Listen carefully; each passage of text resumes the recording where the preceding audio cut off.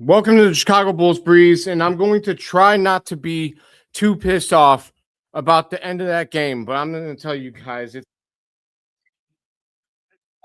Ooh, I can hear myself. Sorry, I just had to pause that. My bad, y'all. But after this, there we go. Let's do it.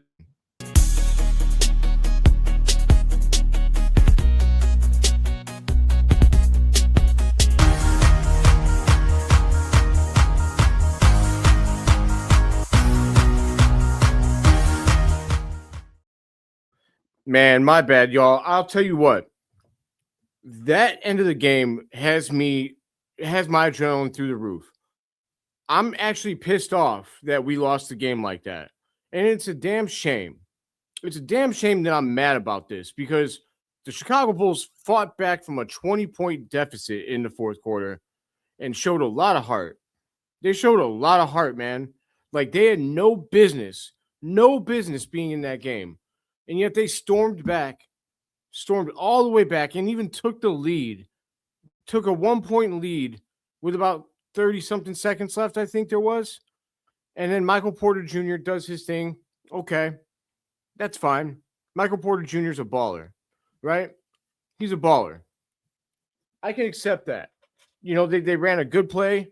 They got him on Coby driving the lane. That's what you want if you're the Nets. But Coby did a good job of not fouling. He got his hands up. He contested it. Michael Porter Jr.'s, limbs are like that stretchy dude from Street Fighter, okay? It is what it is. It happens. We should have traded for him when we had Zach LaVine, but that's neither here nor there. What I will say, though, is what happened after that is what has me so damn fired up. And I haven't looked at the comments yet. I'm sure I would love to know what you guys thought. As you guys know, I'm going to involve the audience. I'm going to talk about, what happened. But whiskey. Nah, man. No whiskey for me. I'll go through the comments very shortly here, but I'm just going to recap it for anybody who might not know. So, Michael Porter Jr. scores and they go up by 1 point. Unfortunately, they're we take a timeout, right? We have 2 timeouts left at that time. We take a timeout. We're down to 1 timeout. Have to inbound the ball. And so what happens? If you're a Bulls diehard and you're like an apologist, right? You can say that the Nets fouled the shit out of us on the inbounds play. And you'd be right. With that being said, in a crucial late game situation, you cannot depend on the Zebras to call a foul before the ball even gets inbounded.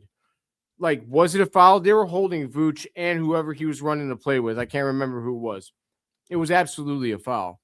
But again, you can't expect the refs to bail you out there. And you have to get the ball. You cannot just burn a timeout right there because you're afraid of the inbounds pass. And I'll tell you what, considering what happened, I wish that they would have just got the violation. So what happened is after we took the timeout, Tre Jones, and by the way, I'm going to just say it up front before I move on with what happened. Why was Isaac Okoro in the game when we were making this play? Like, why? There was not that much time left on the clock, right? If I'm not mistaken, the Bulls could have ran the clock down and taken the last shot. I think there was 5 and something change, like 5 seconds and some change. So there was going to be no more plays. It was supposed to just be that last shot by the Chicago Bulls. So why would Isaac Okoro be one of the 5 players that you choose to be in the ball game? Make it make sense for me, Billy, because I've thought about it a million times while I've been setting up this video. I ran through it over and over in my head, and I can't figure out what in the hell you were thinking leaving Isaac Okoro in when we needed a bucket to win the game, and that was going to be the last shot of the game. What's the thinking there? And if any of you guys can help me with that, I'd love you to like, if you set me straight, I'll apologize to Billy right now. I have no problem eating my words. I believe in owning when you're wrong, and you'll never hear me be stubborn on this show and say that if someone presents me something that counters what I'm saying, and it's proof, I'm gonna own it because anyone that doesn't do that is not a real man. But I'm looking at the statistics real quick because I want to know if I missed something with Isaac Okoro's game tonight that would suggest that he should have been in at the end of this game. So I pulled up the box score looking here.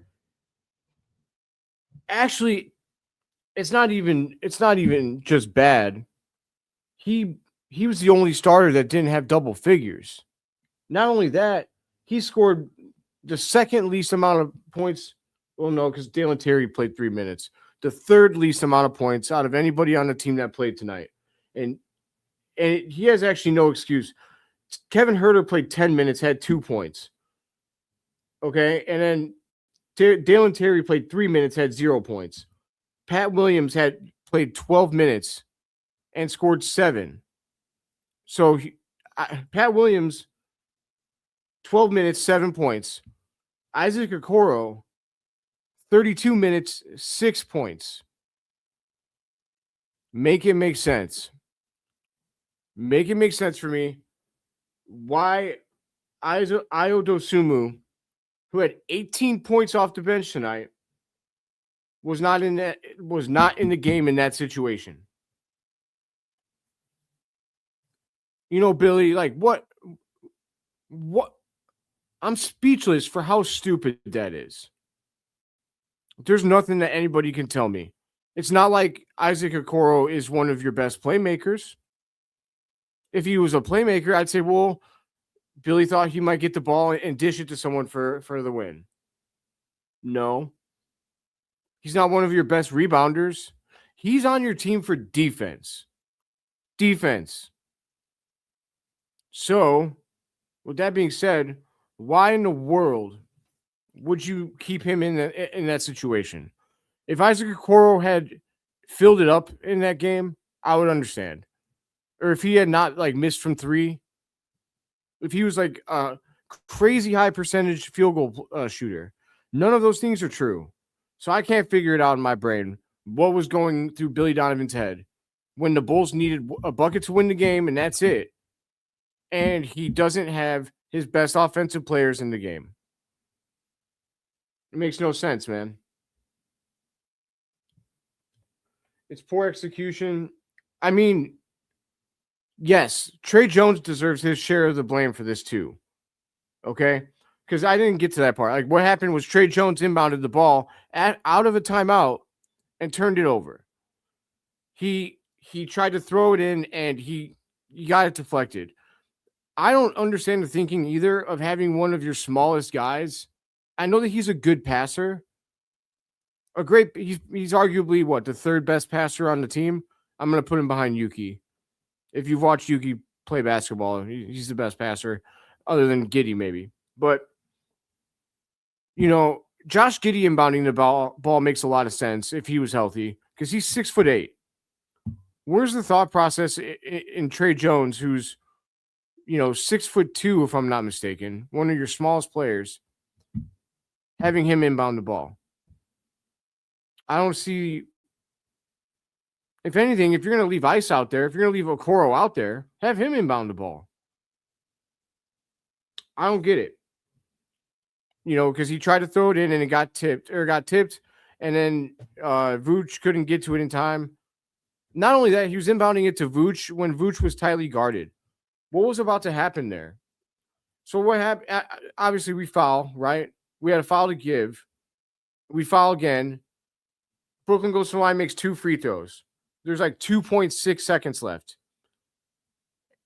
Here's why you can't burn a timeout earlier on that inbounds play. If the Bulls had a timeout, they would have been able to take a timeout, right, and go and advance the ball. And now you could have got, with 2.6 seconds or whatever it was, you could have got a quality look. If you're, you could have got a quality look from 3. You're still in the game if you don't burn a timeout that you then just turn the ball over anyway. Right? Just crazy bad late game management. I don't really blame him for the timeout. because everybody, all the coaches would burn the time out there because you're thinking that you're going to be able to get the ball in and you're going to take the rest of the clock up. I get that. But leaving Okoro in makes no sense. And I don't think Tre Jones was the right guy to inbound the ball. I'm going to let somebody who's got some length inbound that ball.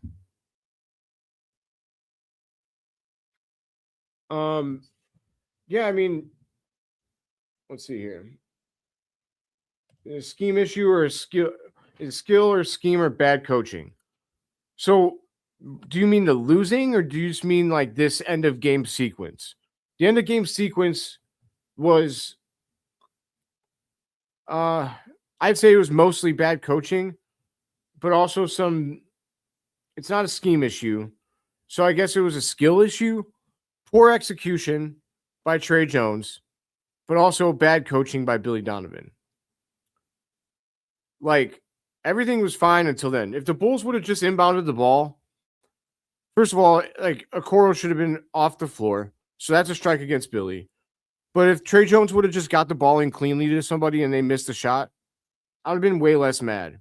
Especially if it wasn't Okoro who ended up shooting the ball, right? If Okoro ended up shooting the ball and missing, I would have been pissed. But if the Bulls just inbound that ball cleanly and they get it to someone that's worth a damn and they get a look and they miss, that I'd feel happy about this game, actually, because the Bulls came back from 20. I wouldn't be happy about the fact that we fell back that far. But when you come back you erase a 20-point deficit in the fourth quarter, that's not easy against any team in the NBA. I don't care who it is. That's impressive in and of itself. The Bulls erased I think they went on a 12-0 run in 2 minutes. Like, they can turn it on, man. But that's also what's so frustrating about this team. If you could just be a little more consistent, then we'd be, man, injuries have really hurt us, though. But anyways, like, getting on point, the other part of this that I didn't like from Tre Jones is that after the Nets made their 2 free throws, we didn't have a timeout to advance the ball. So Tre Jones is the guy that's inbounding the ball. Again, I don't know why he was the designated inbounder, especially once we got to that part. Shouldn't Tre Jones be one of the guys that's running around trying to grab the ball? Because we got 2.6 seconds left. And if you can inbound it to a guy who's fast enough to get it up the floor and, take a decent running look from 3, that makes sense, right? Like, why isn't Vučević inbounding the ball in that situation? But Tre Jones grabbed the ball, right? Took forever to let the referee, give him the ball, as if taking the extra time was going to help them at all. It wasn't. But he directly looked off Coby White, who came streaking past half court. Vuč was standing in the middle, right, looking at Tre Jones inbound the ball. And Coby came streaking past half court and cut in front of Vuč and was looking for the ball on the run, moving. If Tre Jones passes him the ball, there's reason to believe that Coby could have gotten up the floor and at least took, he wouldn't have got all the way to the line, I don't think, but 2.6 seconds in basketball is a lot longer than you think. 2 seconds of strides up the court is a lot longer than you think. Because Vuč, what happened is they ended up, there's no one else to get it to after he looked off Coby. So he throws it to Vuč, who, by the way, was right by where Coby was at anyway. So why do you look Coby off? Vuč dribbled the ball past half court and got probably in between the half court and the 3-point line and had to take a running 3-pointer from there. And it went off glass. I'll give credit to Vuč because his big old ass, the way he doesn't shoot that shot, it was actually the fact that it hit backboard, and if it was a little lighter, it actually might have went in, is pretty impressive. But he should have never been shooting that in the first place. Why I almost dropped an F-bomb there. The fact that, Tre just throws the ball into Coby on the run. Coby might get pretty close to the 3. There's reason to believe that he could have gotten there. because the clock doesn't start until Coby touches the ball. And there's a little bit of human error in that, right? Like, if he started the clock even a split second a little late, then that's that little split hair that you needed for Coby to get to the line. And if he gets all the way to the 3-point line and is able to like take a running three from there, there's reason to believe that the Nets defender fouls him, because he might have been shocked that Coby got that far. It's a thought. All right, I'm gonna go through these comments. Let's see here. Oh, I meant to show them here too. I'll drink it for you. 12-year Weller bourbon. Wow, man. Appreciate that. You know, cheers, my man.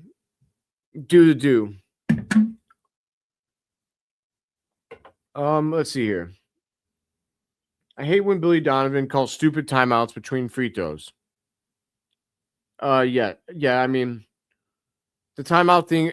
All we had to do though at the end there is not burn the damn timeout inbounding the ball. I know that's easier said than done, but it's still the truth. Isn't Matas paid to show up in these moments at the end of the game? Well, so I mean, not yet. Yes, he will be, but he's still young. He's still only 21 years old, and Matas, looking at his stat line for tonight, he didn't shoot particularly well. He had 15 points, 4 of 15 from the field, 2 of 7 from downtown. Matas tonight, I will not criticize him though. That man had I thought he had 5 block shots. In the broadcast, they said he set his career high with 5 block shots. ESPN disagrees with that and says he has 4. But whatever. It's neither here nor there.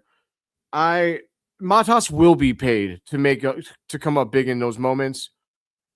But he's still making a rookie, a rookie contract wage. So you'd like him to come up big in those moments. But why isn't Matas inbounding the ball? He hasn't shot well, right? Okay, let him inbound the ball. He's tall and long. It's hard for me to believe that, and he's a pretty good passer for his size. It's hard for me to believe that Matas couldn't have gotten that ball in better than Tre Jones. Also, you can even do a little trickery if the guy who is guarding Matas when he inbounds it falls asleep. Like if he gets that ball into Vučević, let's say, he could come in out from the out of bounds line and maybe get a handoff from Vučević, and maybe he lifts for 3 to win the game or tie the game. We only needed a 2-point bucket at that time. Maybe he inbounds it to Vučević and he sprints right at the rim, and you clear out with a play where maybe Vučević throws a lob to Matas. I'm just spitballing here. It sounds all better than having your smallest guard that's not named Yuki inbound the ball. I don't know, man. It's crazy. I think it's crazy to me. I think Billy Donovan and Tre Jones lost a game that we deserved to win because we earned it in that fourth quarter. The Bulls spanked the hell out of the Nets in that quarter. Now they maybe didn't deserve to win from a rest of your game standpoint, but the Bulls played hard tonight. They just didn't. The shots weren't falling for them, and then they started to make the shots, and then for the night, the Bulls shot 31% from 3-point range. It's not good at all. The Nets shot 47% from 3. That's ridiculous, man. Ridiculous. The Nets played out of their minds. 47% from downtown is nuts. They shot 88% from the line. We shot 80%. Now they couldn't make anything from the 2-point. They missed a lot of 2-pointers because overall they shot 43%. Think about that. That's nuts. The Nets shot better from 3-point range than they shot from the field. And their 3-point shooting is included in the field. That's wild.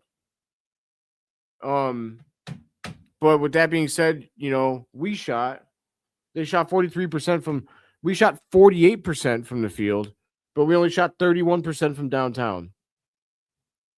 We were 11 of 35. They were 19 of 40. Relatively the same from the free throw line. We were 16 of 20. They were 15 of 17. Not a big difference there. They did get 5 more shots up at the basket than us. That's offensive rebounding again. And it's actually we can't really criticize the Bulls right now for their lack of offensive rebounding, only because Zach Collins is hurt. And right now they're so small with that being the case. How many rebounds did Vuč have? You know what? Never mind. I'm going to criticize Vučević for only having 6 rebounds tonight. What the hell, man? Maybe he was tired because he had 35 the other night. I don't know. He didn't look that tired to me. He shot 9 of 14 from the field, which is great, but he only had 6 rebounds, dude. When the other team has 11 offensive rebounds, having 6 total rebounds is a problem. You played 33 minutes. You got to rebound the basketball, Vuč. Jalen Smith had 13 rebounds. Now, I'll give Billy credit, but Jalen Smith played 35 minutes. He played 2 more minutes than Vuč, even though he was coming off the bench. Jalen Smith was a dog tonight. He led the team in minutes played. And you know what? He didn't shoot that well. It's crazy. He lifted 10 threes. But he shot 4 of 11 from the field, 4 of 10 from 3. Every shot he shot, except for 1 2-pointer. He was 1 of 1 from 2-point range, and then 4 of 10 from 3-point range. Jalen Smith, do you think you're Steph Curry all of a sudden? I'm never going to get mad for him for that, though, because he puts in the effort. He earns every single 3-pointer he wants to take. 14 points for him, 13 rebounds, 4 assists, 1 steal, 4 blocks for Jalen Smith. Put this man in the starting lineup. He should be starting over Vučević. I know he's undersized. I don't care. Vučević, who cares about his size if he's only going to rebound the ball 6 times? I don't give 2 damns about his height. I mean, Vučević is small too, for that matter. He's just wide. He's built like a house. I appreciate Dad. I appreciate you saying that because I know you are a Billy fan. Billy has actually won me. I thought he'd been better this year. There's still some stuff he does that drives me nuts. I think he doesn't give the young guys enough time to really develop. I think he's too hard on them. But Julian Phillips was a DNP tonight. Did not play. Why? Coach's decision, it says. Julian Phillips, why isn't he getting a little more run? I mean, we got Dalen Terry who got 3 minutes. Kevin Huerter only got 10 minutes. I don't understand. I don't know. That's my issue with Billy D. We got to figure out what Julian Phillips is. And also, how's he supposed to develop if we're never giving him time on the court? Julian Phillips actually has potential. He's got great length. He's the classic 3-and-D guy. And his contract is up after next season. And we don't know what he is because we don't see him enough to know. I just, let me go through these comments. I'm sorry about that. I got a feeling the Bulls are going to stay pat, not trade anybody at the deadline. I think that sucks. I hope that's not true. I hope that I want to trade for Zion. This team needs a shot in the arm, man. Get a couple of these guys out of here for Zion. If it's me, I'm trading Vuč and Coby. I'm calling them and saying, hey, we got Vuč and Coby for you. Again tonight, Ayo Dosunmu outplayed Coby White in 13 less minutes. Ayo had 18 points. Coby had 17. Coby played for 33 minutes. Io played for 20 minutes. Yet Io scored 18 and Coby scored 17. Not only that, Io did it with 2 less shot attempts. I mean, come on, man. Io shot more free throws. I don't understand it, but for some reason, Io wasn't in on the inbounds play to win the game with 5.6 seconds left. How do you not have Io Dosunmu in the game when he's got 18 points in 20 minutes? That's like, is he tanking? Is he tanking?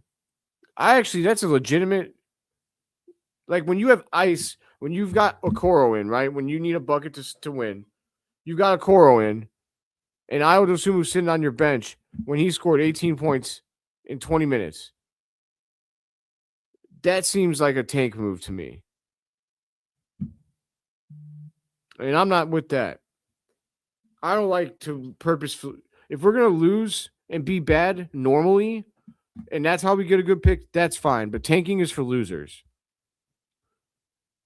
Building a losing culture, you're just going to ensure that your team, that it seeps in. Look at what happened to Zach LaVine, man.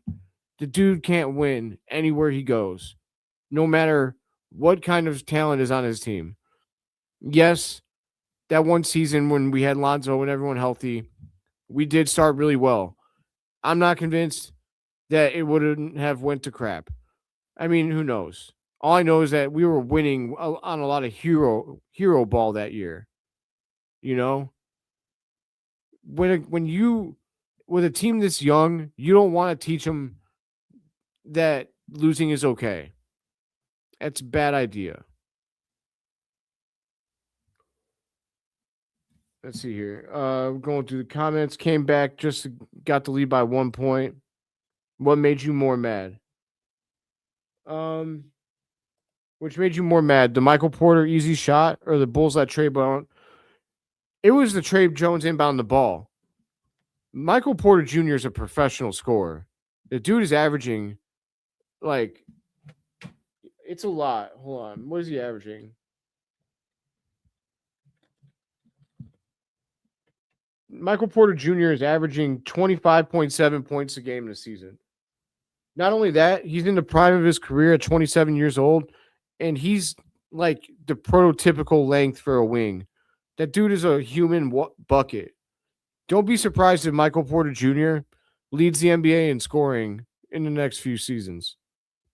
Don't be surprised. Like, that would so I don't mind. I mind that he got an easy look, but with that being said, like, he got that because he's a freak and he's a baller. Like, he is a dynamic offensive talent. We don't have a guy that could stop him. They set a pick for him. I thought we did a decent job of trying to defend it. Coby at least got his hands in his face. He's just an elite scorer of the basketball, and that's going to happen in the NBA. If we had an elite paint protector, maybe it'd be a different story. But right now, the Bulls are that's going to happen to the Bulls because there's nobody in the paint. Like, Matas blocks shots, but he's not a paint protector, right? Like, he's a shot blocker because he has great timing and just great instincts. But he's not going to, like, lock down the paint, not like that. So, yeah, it was the Tre Jones inbound the ball that made me more mad. We lost twice to the Pelicans, we lost twice to the Pacers, and now we lost twice to the Nets. The 3 weak teams, that should be 6 wins. Instead of us being 19-22, we should be 25-16.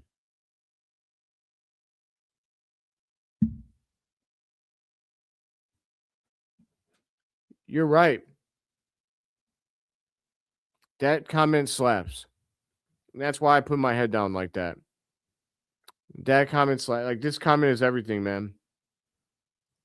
This is one of the best comments I've gotten because it's so true. We had no business losing to any of these teams. Also, we lost to the Hornets. And that was a disgusting loss. That loss made me mad as hell.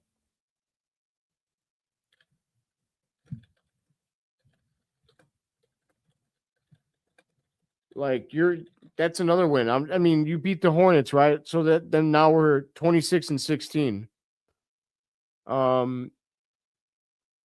Sorry. We have 3 losses to the Hornets. What I forgot about the other 2, probably because I Men in Black to myself, because I can't take it. The Charlotte Hornets, they're talented. I'll give them that, but we have no business losing to them. No business losing to them. We're better. If we don't lose to the Pelicans, the Hornets, the Pacers, and the Nets, like we shouldn't have, that's 28-13, guys. 28-13. Where would that put us in the East? Let me see. If the Bulls,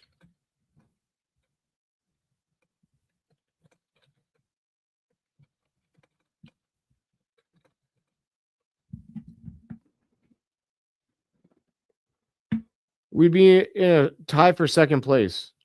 That's disgusting. I just asked AI. That's crazy, you guys. That sucks. That really upsets me. All we have to do is beat the tomato cans. It's not like we're losing games we're beating good teams. We're beating good teams. 2-0 against the Magic. I think we're 1-1 against Detroit. 1-1 against New York, I think. Like, we're beating good teams. And we are losing to the tomato cans. This team is maddening, man. All you have to do, if you just win those games, I'm gonna have to keep that in my mind. I'm gonna write it down. I just have to write Pelicans 0-2, Pacers 0-2, Hornets 0-3, and what was it? Nets. Because you're tied for second place. We're in the East right now. That's crazy. And sad.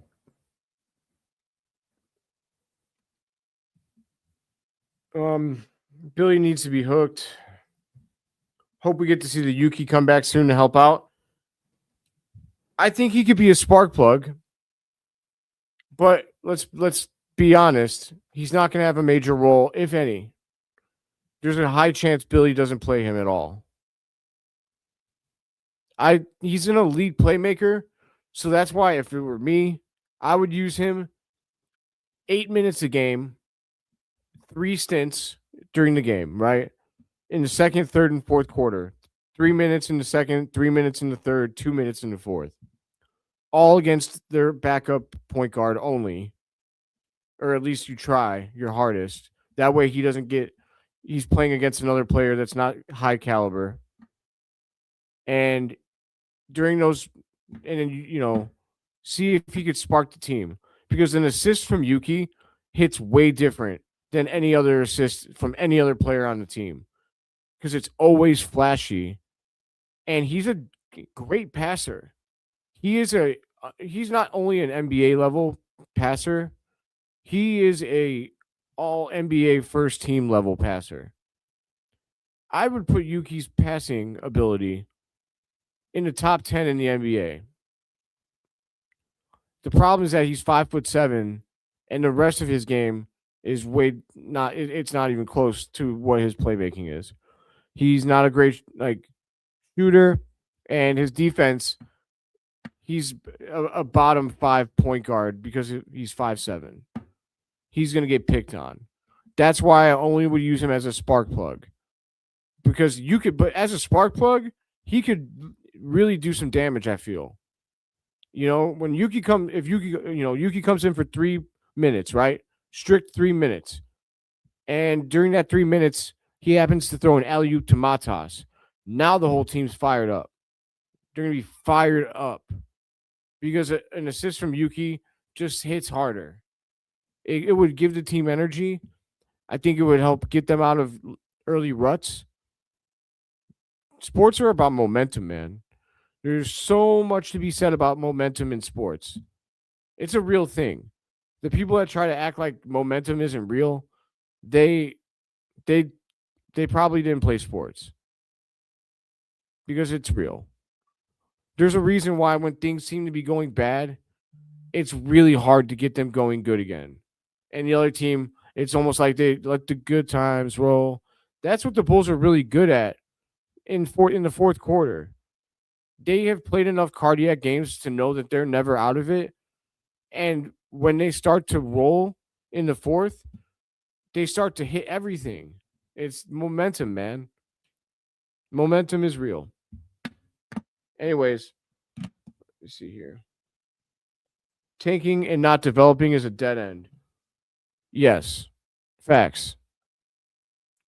And tanking, I can hear the arguments now. Well, if you tank by playing all your young players, they're developing. Not really. If you're not putting your young players in advantageous positions, what are they learning? They're learning that, if their team sucks, they're going to get stomped on. I don't see how that's helpful for development. Getting thrown out there and getting absolutely stomped on isn't good for development. Getting playing time is helpful, but it's got to be in a situation that makes sense, in a situation that is normal for the NBA. Not some crazy, scenario where they have no chance to succeed. That's not good for development. So, no reason for there to be any giddy doubters anymore. His impact on the team is probably the most out of anybody. Facts. The proof is in the pudding. Anybody that thinks that Josh Giddey isn't the most important Chicago Bull to winning right now, they just don't like Josh Giddey. And if you're a Bulls fan that doesn't like Josh Giddey, respectfully, I think that you're pretty stupid. I still love you. I still love all my Bulls fans. But if you're a Bulls fan that doesn't like Josh Giddey, I question whether you know what you're watching. I mean, dude leaves his whole heart and soul on the floor every game. He plays his ass off. And, without him, it's a lot harder out there for us. 20-point triple-double that man is averaging. I don't understand why people turn their nose up at that. There's only 2 players in the NBA who are averaging the amount of points and assists and rebounds that Josh Giddey is. And that's Nikola Vučević and Josh Giddey. Pretty good company. So the Bulls have a rematch against the Nets on Sunday at the United Center. I think that they should win, right? And anybody that, doesn't sorry, I lost my train of thought there. It should be it should be a blowout. I want to see this team come out and blow the doors off the Nets. The Nets coming into this game were struggling. They were not playing well. They had lost multiple games in a row. I'm looking at the standings now.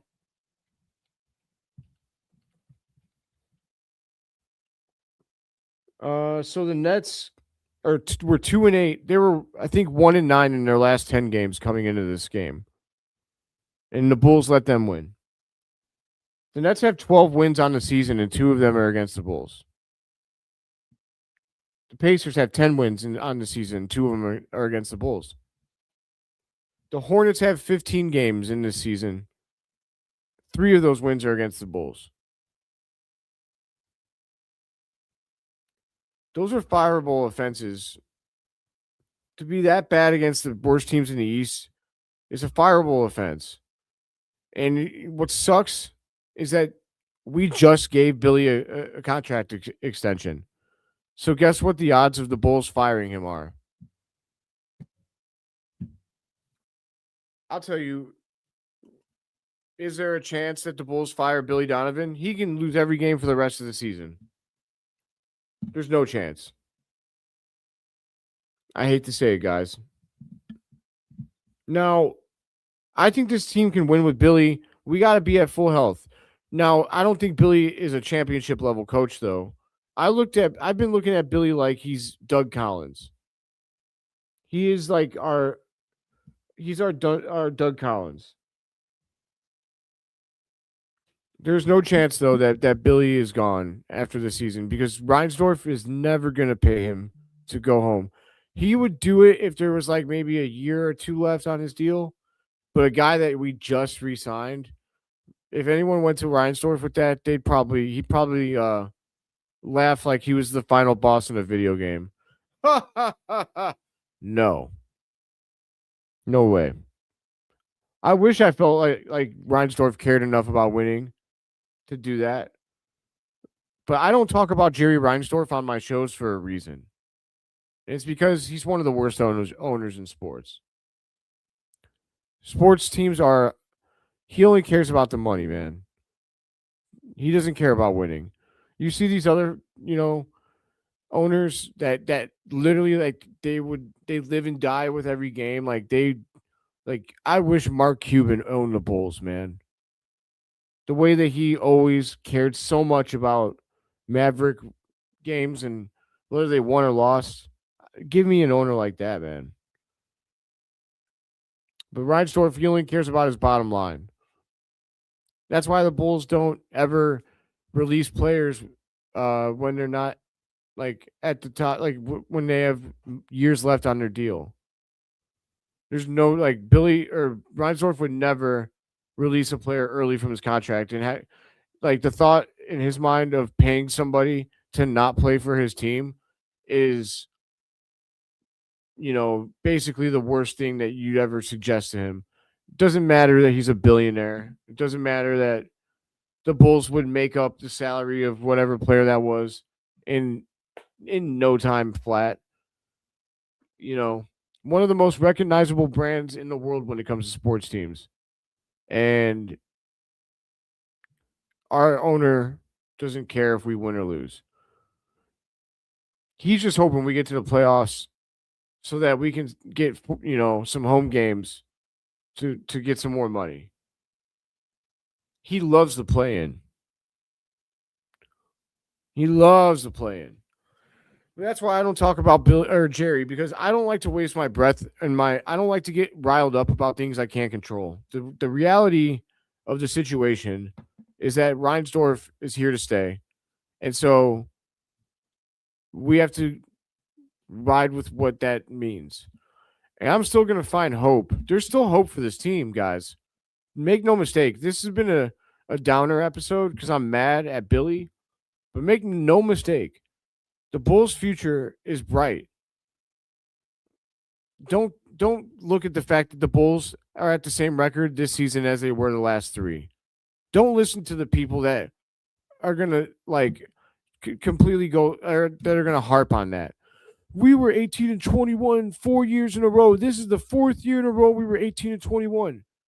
Okay. Congratulations for noticing that. Now tell me what the difference is between this season and the last three. The answer is that the last three teams were paying out a max contract to a player that was never going to get better. And they were all teams that were at their peak that were never going to get better. The Bulls did not offer hope until they traded Zach LaVine. With Zach off the team, then this team switched to a youth movement. Without Vučević on this team, the Bulls' average age on the roster is 23.9 years old. That would make them the youngest team in the league. That's something to be hopeful for. So yes, it sucks to be at the same record as we were the last 3 seasons, but it hits much differently when you have a bunch of babies that are playing all the minutes and you were nowhere near our ceiling. Like Josh Giddey's going to get better. Matas Buzelis is going to get a lot better. We have Noah Essengay. If he ends up becoming good, like let's say like Noah Essengay becomes like a defensive like juggernaut and he's like pretty good on offense. Like good enough. Then we're cooking, guys. He's 18, man. He's 18. He's a baby. Then you got Coby as well, but honestly, I'm more excited about Io. How old is Io? I would like to keep Io over Coby personally. I'm not sure. Io is, oh God, never. That's not the right. Io's 26. Okay. Oh shit, he turns 27 tomorrow. Happy birthday to Io Dosumu. So Io's a little older because he played extra years in college. He doesn't really fit the timeline for us, but I want to keep him anyway because he's a Chicagoan. And he's better than Coby White. I'm sorry. I'm just going to go ahead and say it. He's better. The only reason that we might trade Io instead of Coby is because Io's probably worth more than Coby at this point. Coby has played really bad compared to last year. He's been significantly worse this year than he was last year. And because of that, his trade value is probably plummeted. And so Io, on the other hand, has played phenomenal this season and continues to play phenomenal. And yeah. So Io could probably fetch you a pretty good pick. Coby probably wouldn't. Oh, man. Happy belated, Rob.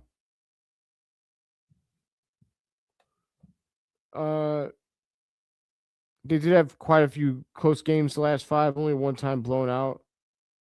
Yeah, I agree with that, Rob. Like we're playing close games and we're super hurt. Yeah, no, dude, thank you for all of your support. I appreciate you, bro. But like, moving forward, there's a lot of hope for this team. There really is. When we're at full health this season, we're pretty good. I just want to get Vuč off the team so that we can start looking at what this team looks like in the long run. Because Vuč, I do enjoy what he brings, but he's too old for me to think that there's any world in which he's around when we start winning.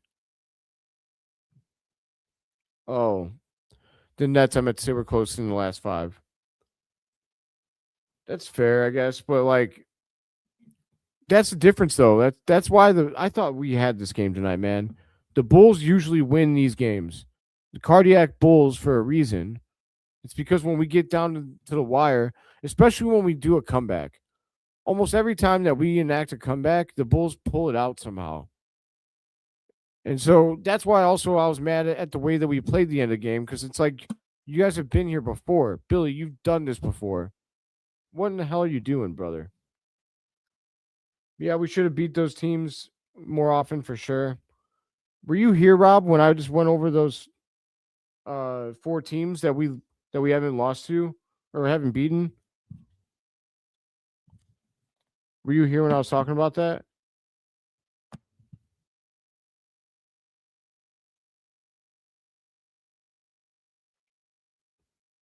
Yeah, you got in then. Okay.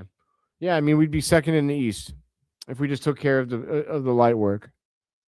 Anyway, I've been here with you guys for 50 minutes, man. Wow, time flies when I'm talking ball with you guys. It really does. But I just, tonight's a bummer, but we have a revenge game on Sunday. And I would like to see the Bulls actually dominate a game for once, man. Win a laugher. Yeah, I know it's really hard in the NBA to win one of those because everyone in the NBA is so good at scoring that no lead is ever safe. But with that being said, we gotta beat a bad team at some point here. This is crazy.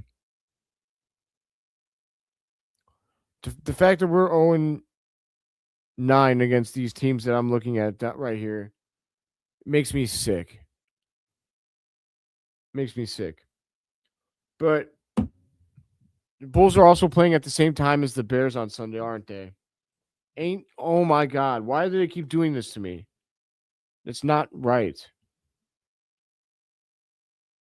The Bears play at 5:30 on Sunday. The Bears play at 5:30. The Bulls play at 6. You've got to be kidding me.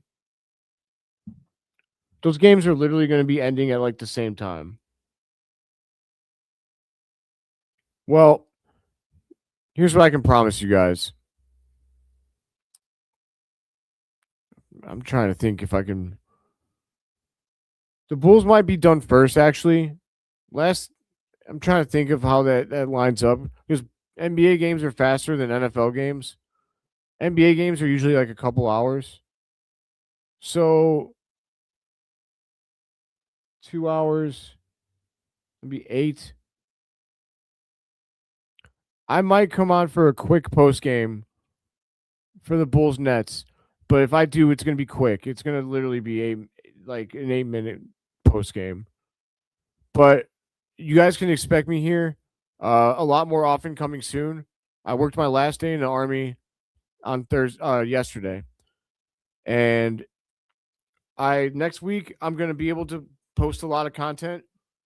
I don't have anything going on except for school on Tuesday and Wednesday. Now on Thursday, I'm gonna travel with my dad to Fort Knox, Kentucky, where I'll process the Army officially. I'll still release content, but that one will probably be a pre-record. Do we have a game on Thursday? Actually, we do. Or wait, we do have a game on Thursday against the Timberwolves at 7 p.m. So I'll actually probably be able to go. I'll be able to do my post game that day. I'll be live from Fort Knox, baby, from the hotel at Fort Knox. I'll be chilling at the Holiday Inn. Sorry, I couldn't help myself. But I'll be live from Fort Knox, Kentucky. We can all go search for the gold together. Just playing, but then I come back from Fort Knox on Friday, but I do have on Saturday I have my family get together on my mom's side for Christmas. Yep, I'm gonna get that gold, Rob. So Saturday, I'll still again, I'm gonna still do the post game. I'll just be on the road. So, but once I get back, and then I get back to Davenport on the 26th of that Monday. So when I get back to Davenport, I said all this because once I get back to Davenport, you guys, I will be done with the Army except for like a get together or a award celebration on that Thursday, but that is going to take a few hours and that's it. No more Army commitments. No more. And so, with that said, that means I will be wide open. All I will have is school and you guys, the Chicago Bulls Breeze. And I'm going to pump out content like a damn animal. Because the way that Pat lets me make episodes, it's not hard for me to make content for you guys. Super easy. So I'm going to be pumping out content at a crazy rate. So I would like to know if you guys have something that you like as fans. If there's any kind of content that you enjoy that you wish I was doing or you want to see more of, let me know. I'm here for you guys. I got school. My class schedule, actually, I should pull it up. So you guys can know what to expect from me. When I'm like I said, the 26th, I'll be home for good, and then you could know what my schedule looks like.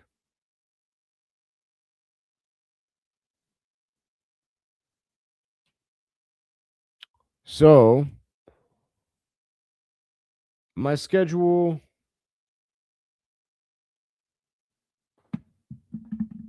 my schedule on a daily basis.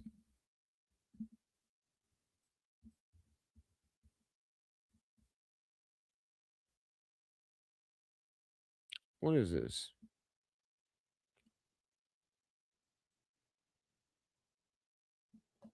Okay.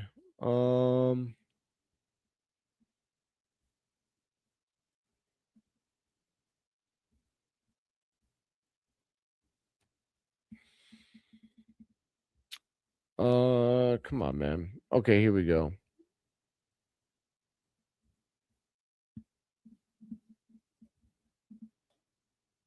San Francisco Film School. Schedule. Here we go. All right, so on Mondays.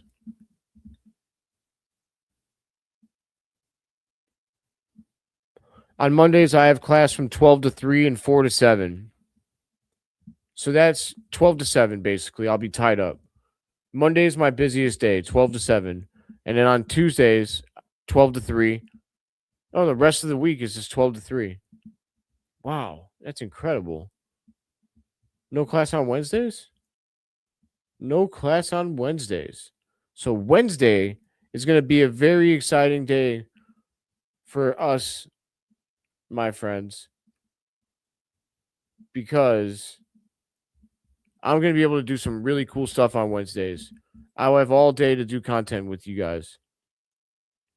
What that means for me is I'm going to be able to get really, really creative. So on Wednesdays, if there's something long form that you guys wish I would do, I'm super down to do it. Like that could be like where I take really deep dives on something. I don't know. Maybe that's like I could do a mailbag episode on Wednesdays. I could do a regular episode, and then I could also do like I'll drop shorts when I can randomly throughout the week.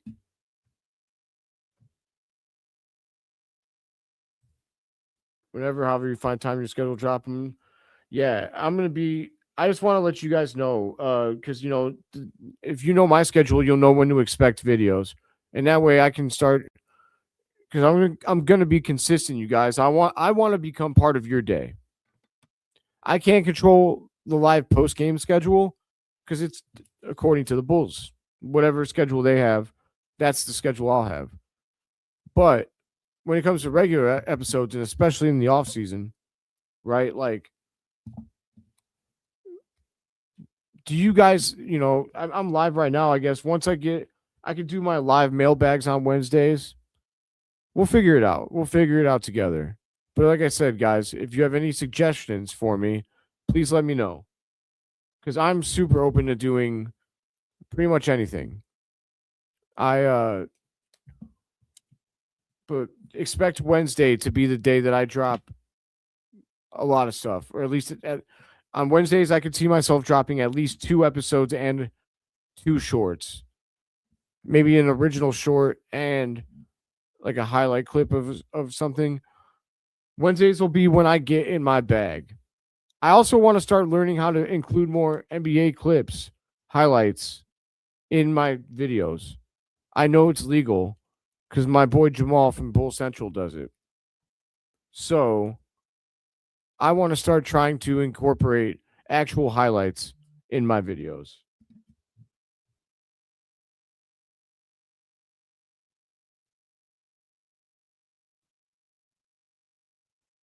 Love when a plan comes together. I know, right? I know, man. It's gonna be awesome, you guys. I'm gonna get better at digital filmmaking, which will make me better at this. And I'm gonna be on this. I don't know if my class schedule will always be this way, but all I'm going to be doing is school and the Chicago Bulls Breeze and my other podcasts, which I don't want to use Pat's platform to be too much of a shill. But check out Bulls Without Borders on Fridays. We had our episode earlier. Come check us out. But I'll be doing podcasting and school for the next 2 years. I graduate in December of 2027. So ride with me, guys. ride with me as we together build something special here in as a part of Breeze Nation. But I think Pat deserves to have someone working, to have me blowing this thing up, and he doesn't even have to, be a part of it. Together, me and all of you watching, we'll show that we've got Pat's back when it comes to Breeze Nation. I'm excited. We're gonna build something special here, you guys.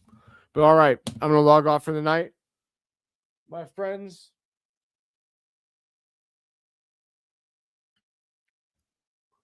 I'll put on the starring glasses because together we can make this show a star.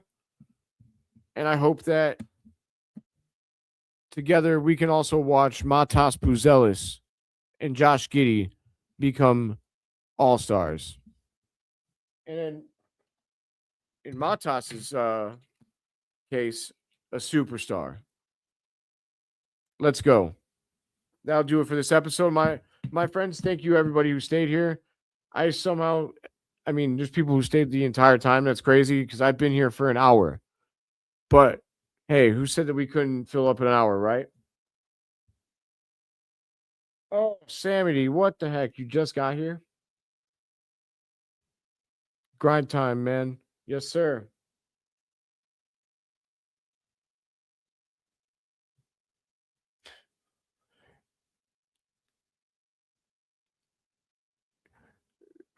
No comment. That's all I gotta say for that. Hopefully that no comment is speaks volumes. I've got opinions, but I appreciate people. I like optimism. I like people that like to see the positive in certain things. I get it. There's stuff to be upset about. But what are sports without hope? And also, I'm not going to just put on my pissed off glasses every time I talk about the Bulls because that's no fun. You guys wouldn't like it if I just came on here and cried every day. If I was just pissed off all the time. That's what I don't like about certain writers. Whenever someone is just negative all the time about whatever they're covering, I'm like, dude, if I were you, I'd have to go get another gig. I can't do that. Just can't. But yeah, man, I've been here for a whole freaking hour, Samity. It's all good. I came with some heat in the beginning. I think you'll enjoy it, but yeah, definitely logging off. Samity, I will say real quick. Yes. Absolutely, Rob. And I think I try to do that. I just try to find hope in everything, but I don't think that I'm ever not objective. If I'm ever being not objective, I hope people call me out on it. But I think there's a lot of things that you could see as either half glass full or half glass empty. And I'm going to see it half glass full because that's how that makes sports better to me. I don't think sports are fun when you just have no hope and you complain all the time. That makes sports stressful. Yes. Chicago is on the way up. My pops is correct. Get on board or get out of the way. Josh Giddey and Matas Buzelis are going to lead this franchise into a better era than the ones that we're just exiting. And the Bears are about to take over. And alongside that, the Chicago Bulls Breeze and the Windy City Breeze, they're going to take over too. Pat the Designer, Philly the Fourth, we've got the same initials, man. Oh, I guess the Fourth and the Designer are different, but we have the same naming convention, man. It makes sense, okay? It's destiny. I also found out last night that Pat's got July 15th birthday. Guess when my birthday is? July 16th. Some things are just meant to be. And me and Pat teaming up to take over the sporting world, the Chicago sporting world. That, my friends, is what they call destiny. But as long as we observe and what we see and we learn, we all get better. Hell yeah, Rob. I love that. But all right, guys. Sammy, I specifically real fast. I have class Mondays from 12 to 7. Tuesday, Thursday, Friday is 12 to 3. So for you, take 2 hours off of that, and that's when I'll be not free. But other than that, I'll be free all the time starting the 26th, dropping content all the time. And Wednesdays, I'm completely off of school, and that means I'm going to go crazy with the content. But all right, y'all. Long live the Chicago Bulls. Long live you, Breeze Nation. And try not to be too upset about tonight's loss, you guys, because we're going to get revenge on Sunday. See red, bleed red. Everybody everywhere. It's red, baby. Let's go.